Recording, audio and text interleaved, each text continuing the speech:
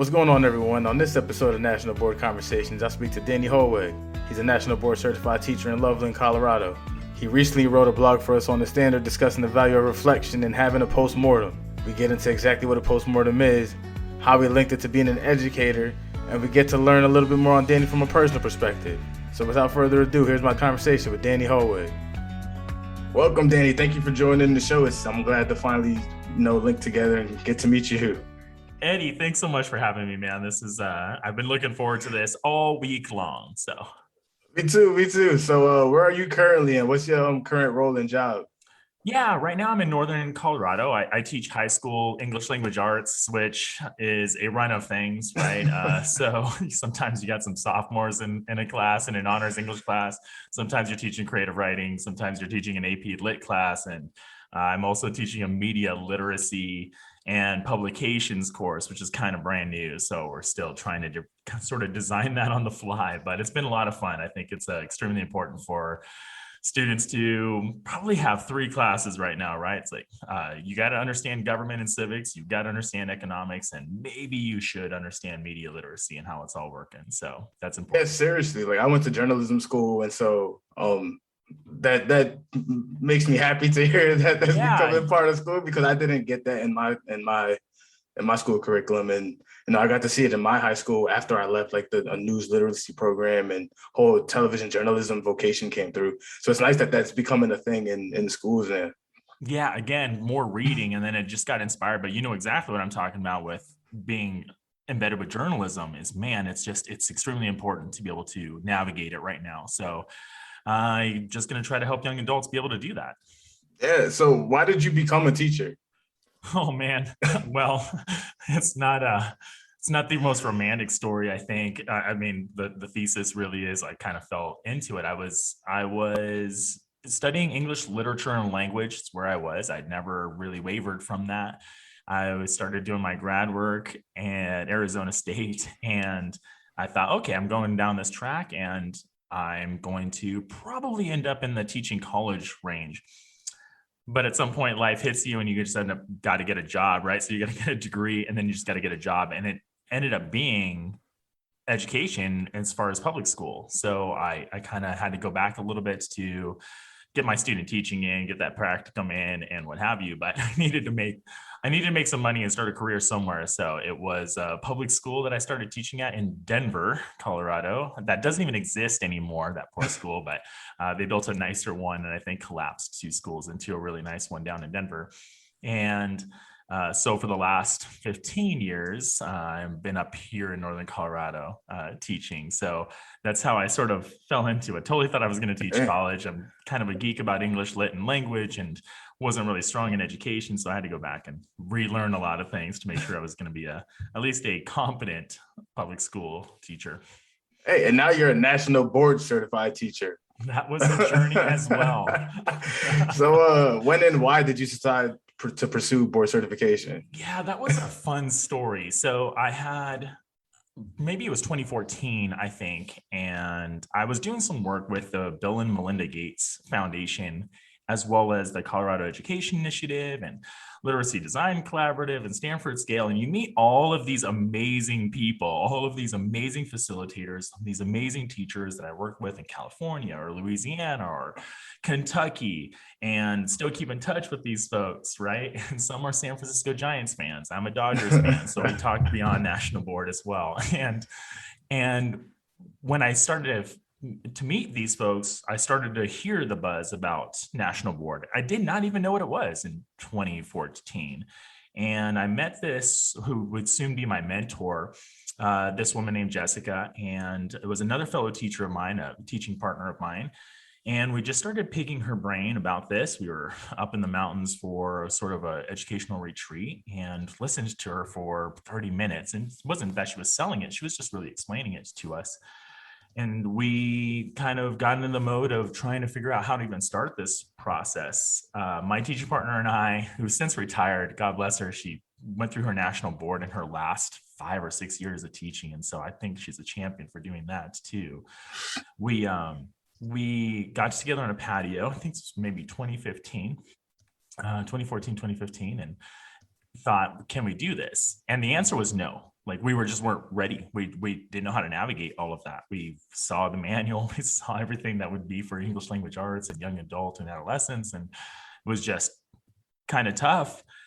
It was the following summer where we kind of committed, and it was so necessary to have one Jessica who mentored us and had a cohort group down in Denver that we would join here and there. So I totally think you need other people just to bounce ideas off and just for that encouragement and just be in the same boat together, rowing in the same direction, right?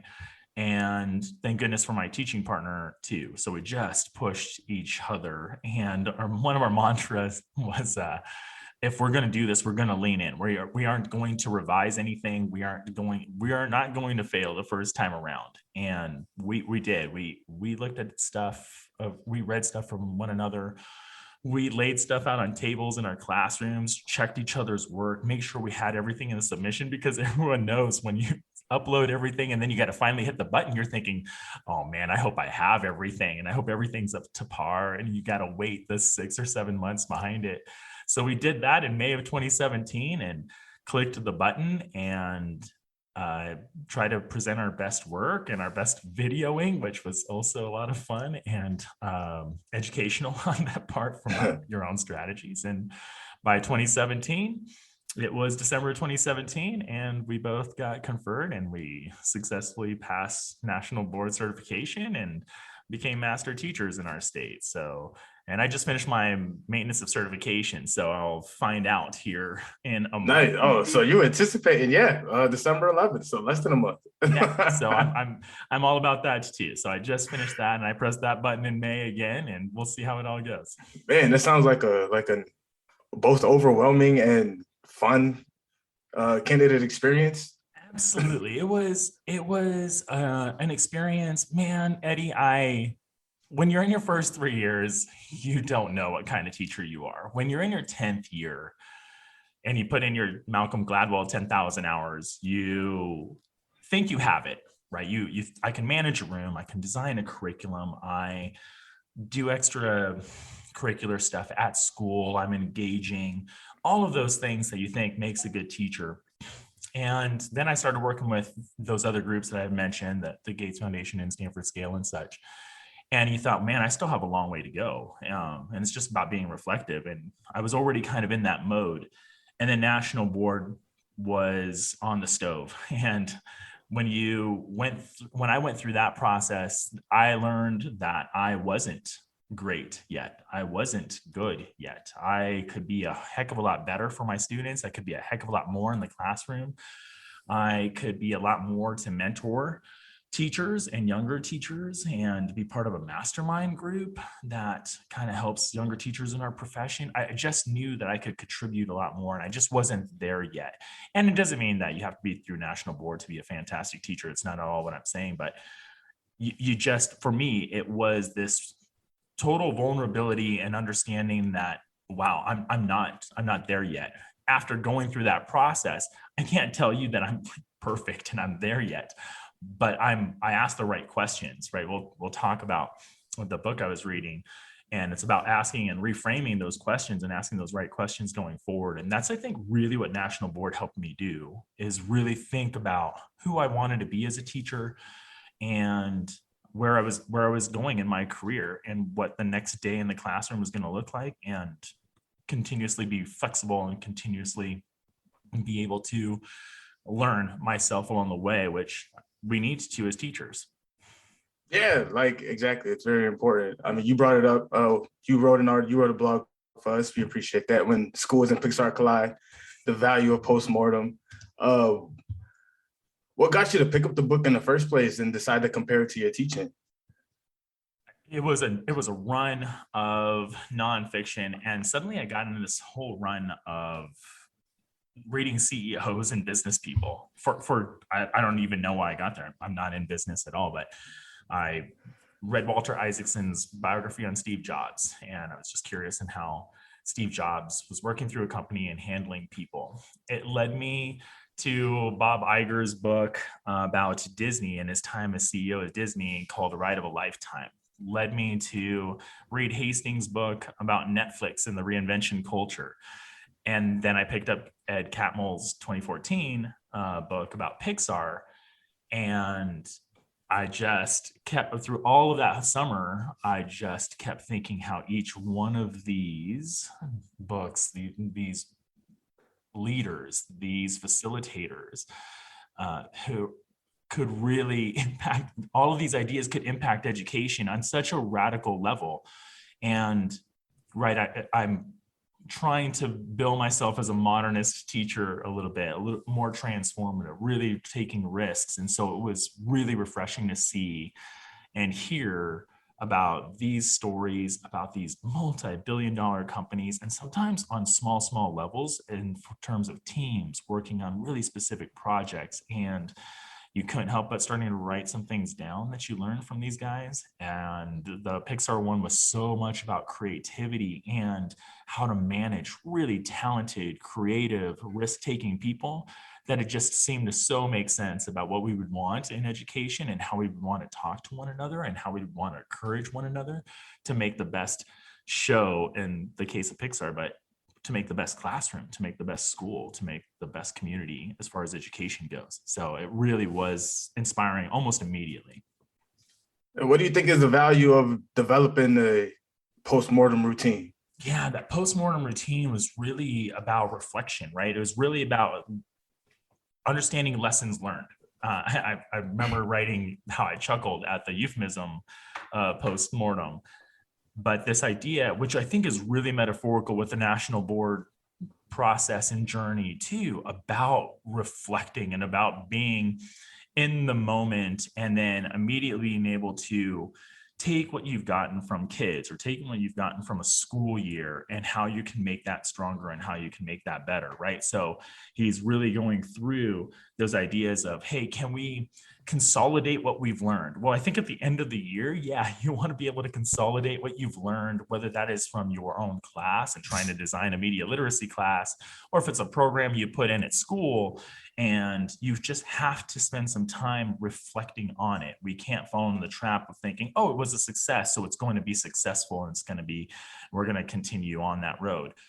And at the same time, if it was a disaster, doesn't mean it immediately needs to be ditched, right? It's the Winston Churchill line: success is not final and failure is not fatal. It's the willingness to continue. So we want to keep thinking in those terms. And that postmortem was this really guided way of saying, hey, let's get together. Let's try to teach each other, especially those who weren't there, about what happened in the class or what happened in the school or what's going on with this program. So everyone is really on the same page. But at the same time, it's kind of hard. You really have to be vulnerable in order to sit through a proper postmortem. You really have to be open to, I don't want to say criticism, but you've got to be open to that feedback, and you got to leave the defensiveness aside and understand that it's not really the people, right? It's the process that we're really trying to make better.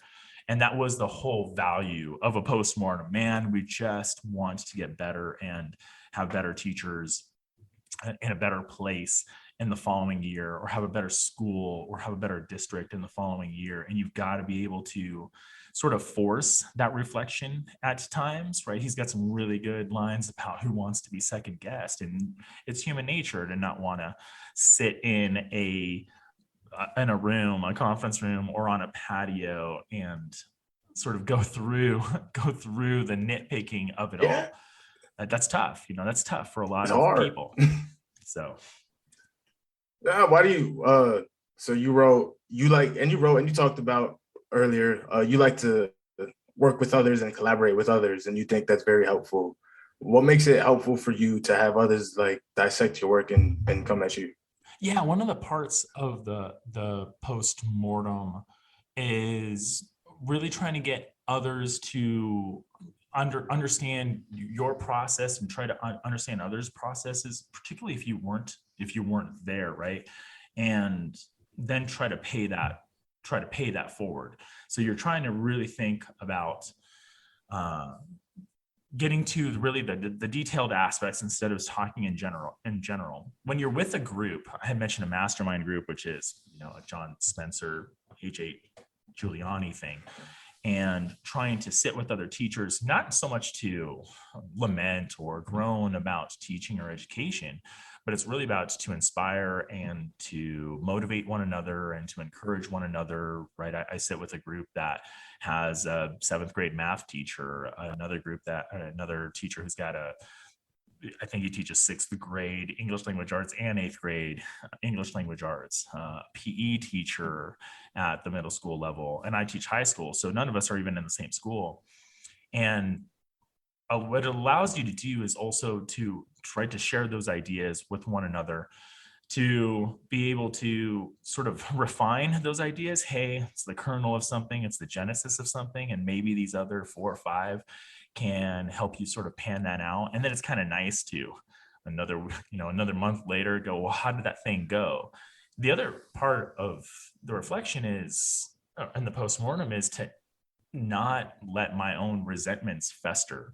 So if I'm really in a postmortem reflective moment with a team, and we're thinking about a program, or we're thinking about a project, or I've directed theater, and you just kind of debrief about the theater show or what it needs before it launches that weekend, you want to get those resentments out. You can't be carrying that darkness with you. You can't be holding some things in, because it's just not going to be helpful for you. It's not going to be helpful for the group. So when you are allowed those 10 minutes or 15 minutes to say, hey, Danny, go ahead and say your piece about this idea for our class, or this idea for some aspect in education, you can get that out. They may not agree with you. It's not about me really persuading anybody, but I need to release that. I need to decompress. I need to make sure, well, hey, at least I had my voice heard.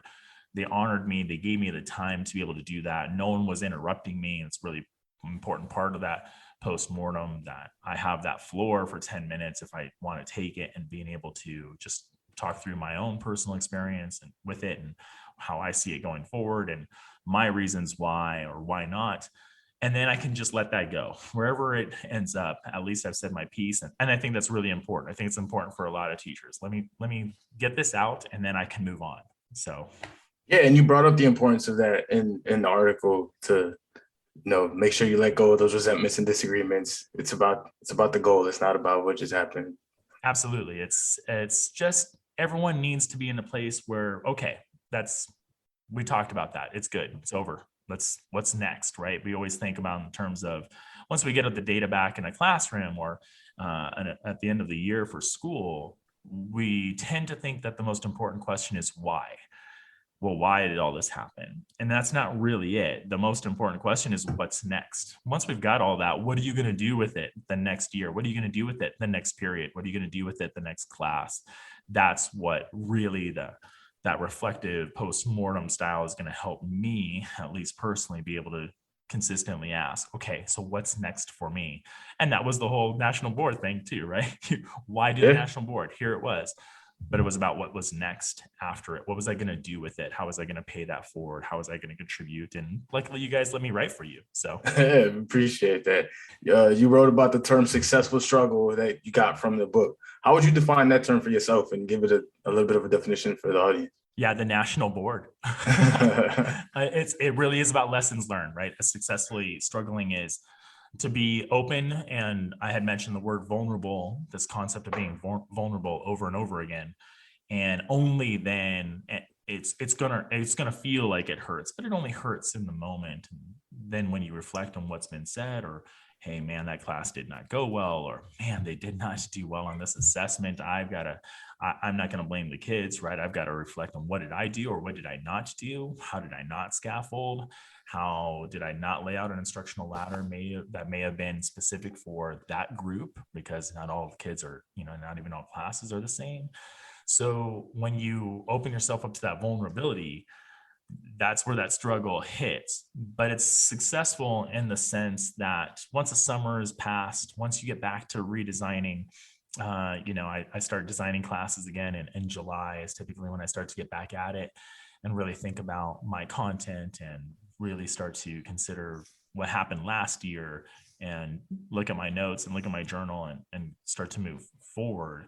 That's when I know, okay, this next year is going to be more successful. I'm not going to at least I won't try to make the same mistakes. But before you can not make those same mistakes, you got to be aware of what those mistakes are. So that's where that successful struggle comes in. Did you learn the lesson? And if you didn't learn the lesson, you're still be in that struggling moment. And if you've learned from it and can redesign, then that's a successful struggle. Well, that's a little on the article. Everybody, make sure you guys check it out. It's on our website. When schools and Pixar collide, the value of the postmortem. So one thing I like to we'll move on. One thing I like to do here on this podcast is get to know our teachers a little bit outside the classroom, because you guys are people too, and you guys deserve to be known as regular folks. So first question right now we're gonna hit you with is what is your movie theater snack of choice? What do you want to know, Eddie? In the hard-hitting journalistic question. I love that question. It's so easy, and at the same time, you're like, "Well, man, there's a lot in that glass." Yeah. I'm a milk dud person, I think, which isn't always the most gracious when you're out on a date, right, with somebody, because it's not enough. This is the beauty of podcast audio, is there's not enough in that box, and you get that sound. It's me chewing, it's that what's going on. So. But the milk dud is the go-to, that golden box. Okay. Reese's Pieces over here. Reese's Pieces is probably my go-to. That is a classic E.T. movie. All right. So who was your celebrity crush while you were in school? Her name is Alyssa Milano. Oh, man. So my sister is named after her. Oh, okay. So, it's a gorgeous name, too. And Alyssa, I think... Well, first of all, hi, Alyssa. And Alyssa is a couple of years older than me, I believe. So when I was 15 and she was 17, man alive. But hey, listen, it could still work out. Those Who's the Boss days, and just crushed at that moment. Oh, man. All right. Last one. What Jeopardy category would you run the table on? The Jeopardy category I would run the table on. I guess it's easy to just kind of default to the English literature stuff, right? If there's a category in Hamlet, I can run it. But Zack Snyder, who's a director of films, has a run of films, right? Like 300 and Watchmen and Sucker Punch and Man of Steel and Batman v Superman, which is really kind of a piece of literature when you really start to read that movie. All 3.5 hours of it, but it's actually really, really good. I used to write scripts, and to write a 3.5 hour script is crazy. Yeah, but if you gave me a Zack Snyder category, I might be able to make a really solid run at that. Yeah. Okay. I respect this different. I like it. We appreciate you taking the time to talk to me, Dan. This was so much fun. We'll definitely have to do this again if you write for us. I mean, we'll probably have you write for us again. We'll definitely do this again. I am all about it. It's been a great opportunity, and again, start interacting with people who have read the article or getting to meet a person like you and spending a morning. So this has been a real highlight of the month for me. So I really appreciate you guys giving me that moment and having me on the podcast, man. Oh, yeah, no problem. One more. What are you bringing to Thanksgiving? What are you bringing to Thanksgiving dinner? I'm bringing myself. I'm actually on a road trip, and I said, look, I can swing by and grab some things, and they said, you know what, there's just going to be a chair for you. And so it might be some kind of beverage, because I won't show up completely empty-handed, but I think it's going to be a gathering of 15 people that I've got to think about bringing some kind of beverages for. So that'd be nice. Well, thank you again for coming on. We'll definitely do this again. And everybody, make sure you check out Danny's piece, When Pixar and Schools Collide, The Value of the Postmortem. It'll be linked in the show notes, and we'll see you guys next time. Take care, my friend. Danny dropping some Denver nuggets all over the episode. I had a really good time talking with Danny, discussing his recent blog post for us. Be sure to check it out. I'll link to it down in the show notes. I just want to thank him again for taking the time to talk with me, and thank you for being a loyal listener to National Board Conversations. Be sure to follow us on all our social media and engage with us on your thoughts on potential topics you'd like to discuss on the show. This is Eddie Santiago signing off until next time. Goodbye, everyone.